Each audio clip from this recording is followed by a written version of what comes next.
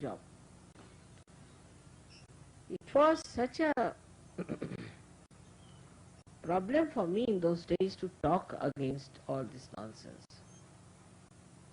Then I went to some churches they invited. Now in the church, Sunday I found 8 or 10 Buddhist people got up and started dancing. I said, where am I now?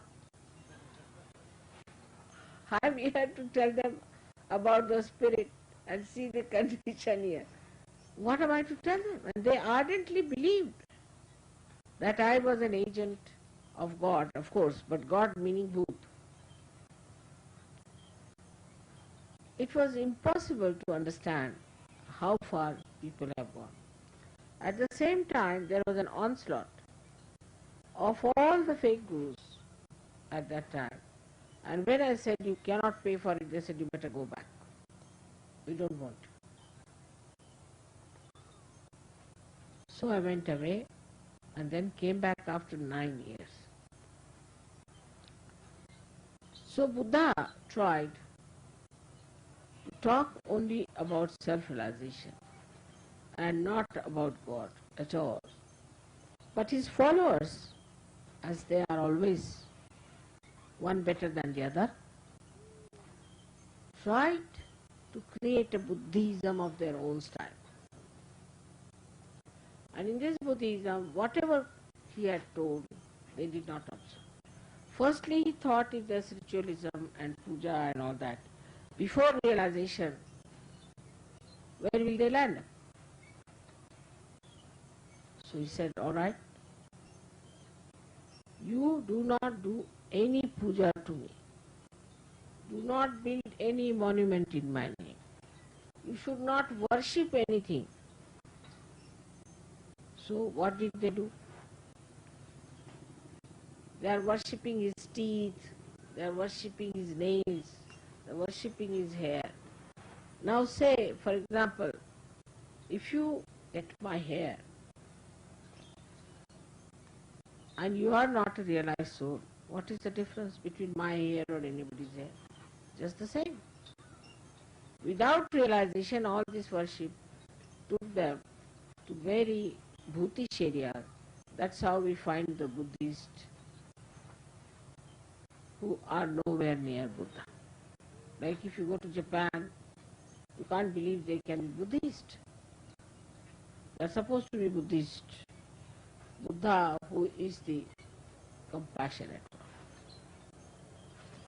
Then you have got Chinese who followed Buddhism. They couldn't understand Buddhism either.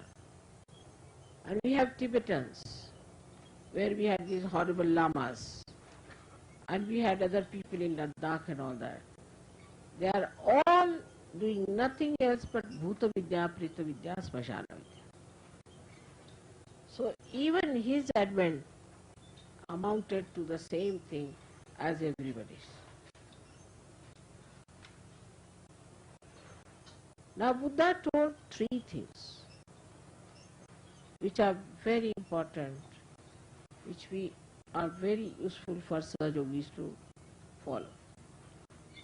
He said, Buddham Sharanam Gacchami. I surrender myself to the enlightened one. Means what? I surrender myself to the one who is enlightened. In this case, one can say it was Buddha. In your case, it is your spirit. You surrender yourself to your spirit. Buddham Sharanam Gacchami. Buddha means the one which knows. Then he says another thing, Dhammam Sharanam Gacchami. Means surrender yourself to the religion, which is true religion, which is the balance. Now, as you see, all these man-made religions are so funny, and you can't make much out of them. Can't explain if these are religions or these are mafias. The reason is, Buddha said, you surrender yourselves to dharma. So the Buddhists thought surrender to dharma means what you have to do is to become like Buddhist, means wear a dress like a Buddhist, like Buddha used to wear. You don't become by wearing that dress Buddha, do you? Or then they thought we should do something more. So some Buddhists got hold of a wheel, because she talked of a wheel of life and all that. Absolutely, I should say, very unintelligent way of understanding Buddha. And they would go on, you see, moving that wheel like mad. You can't talk to them. You say, now, where is that road? Buddha. How do we go there?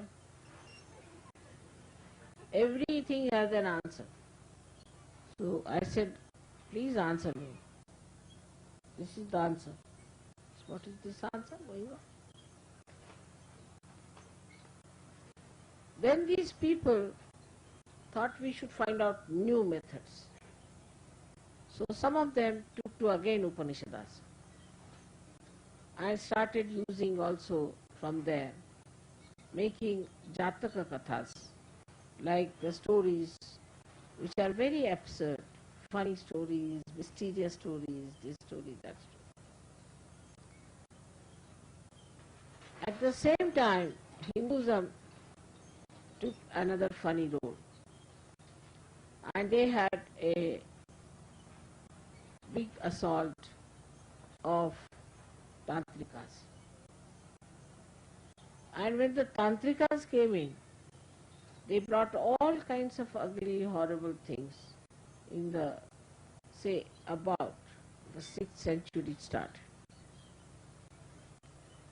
And a complete belt, starting beyond Calcutta, going towards Dwarika.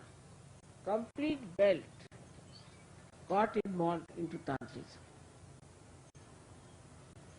So the same Buddhists later on followed the same Tantric method. So they tried to bring in everything from this place, that place, and a mixture. So now if you ask now, what's your religion? It's I'm Buddhist. What Buddhist? Hinayan, Yunan,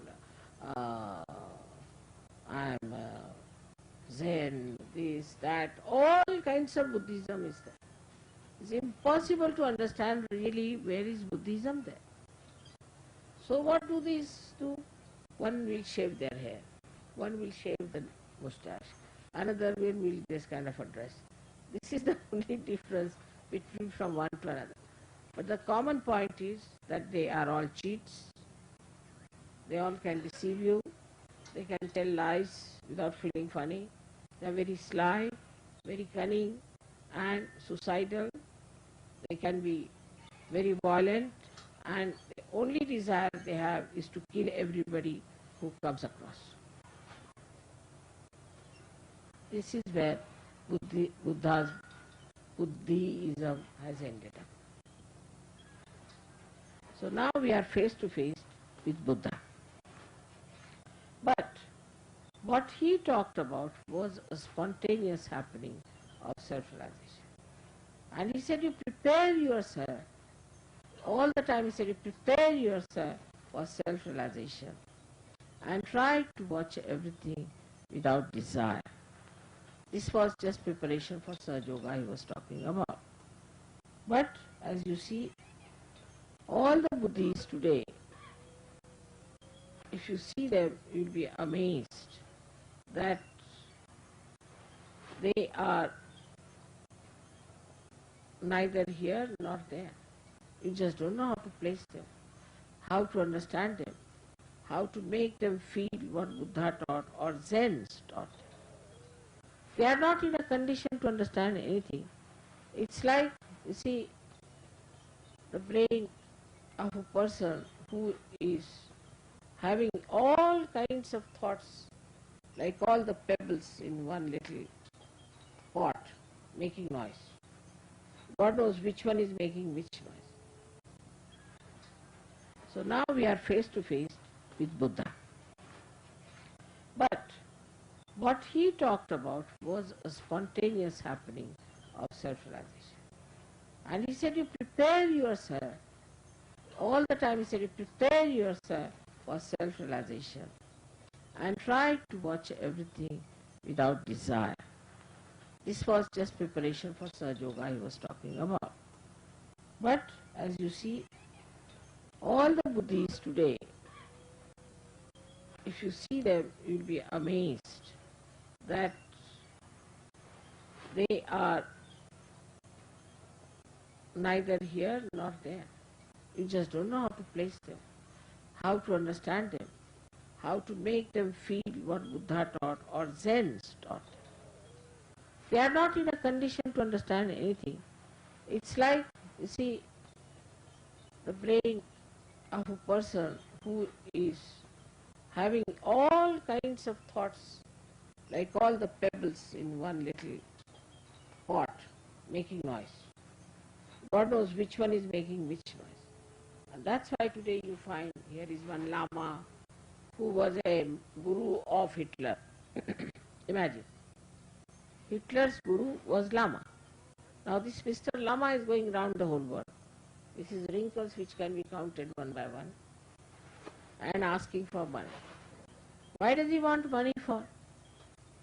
He is the one who ran away from Tibet, from Lhasa. And while running away, he carried such a lot of gold with him that he could not carry. So half of it he dropped it in the river, and with the half of it he reached India. With the half of it already, he has made a huge big Buddha of gold. He has too much gold with it. And the rest of the gold that was salvaged was taken to Russia, to China, where I have seen it myself. Amazed. He had gold beer mugs, what you call them, the huge big things like that, real gold, and such big plates of real gold for eating food. Imagine, Buddha talked of detachment, and they had everything in gold or silver of a very expensive quality. If you see their clothes and all that, you'll be amazed. Though they wore all those things as robes of renunciation, but whenever they sat in their own courts and things like that, inside all that they wore, inside were all those dresses which were very heavily done with real gold, with pearls and things. Because I've seen with my own eyes, I was amazed. So it is like somebody who says, oh, I must get detached, now I'm going to the seashore. I'm going to sit there and meditate. There he goes and makes a compound round himself. So ask him why we made a compound. Maybe thieves might come in. I mean, you are detached, what does it matter? If a thief comes, he'll take you away, so what? You are there. Doesn't matter, you can go with the thief, you can go with anyone. Why are you worried about the thief if you are detached? No, you see, I'm also worried that there might be pickpockets. So why are you worried about pickpockets? Because maybe I have some money with me here, and I have my bank account, and I have my other things with me. So I'm rather worried, see, that the thief might come. So why do you talk of detachment? Why do you talk of sannyasa? So this kind of a nonsensical sannyasa started after Buddha died, which was so very shocking. This led people to think that you can wear any time an orange dress and then you are a sannyasi. If you wear an orange dress, you become Buddha and you become a detached personality. Now you can announce to the whole world that I am a detached personality. And what is your background? Nothing. I just was born out of this Mother Earth. I am sitting here nicely like Buddha. So people stupidly start giving them money. So they get the money.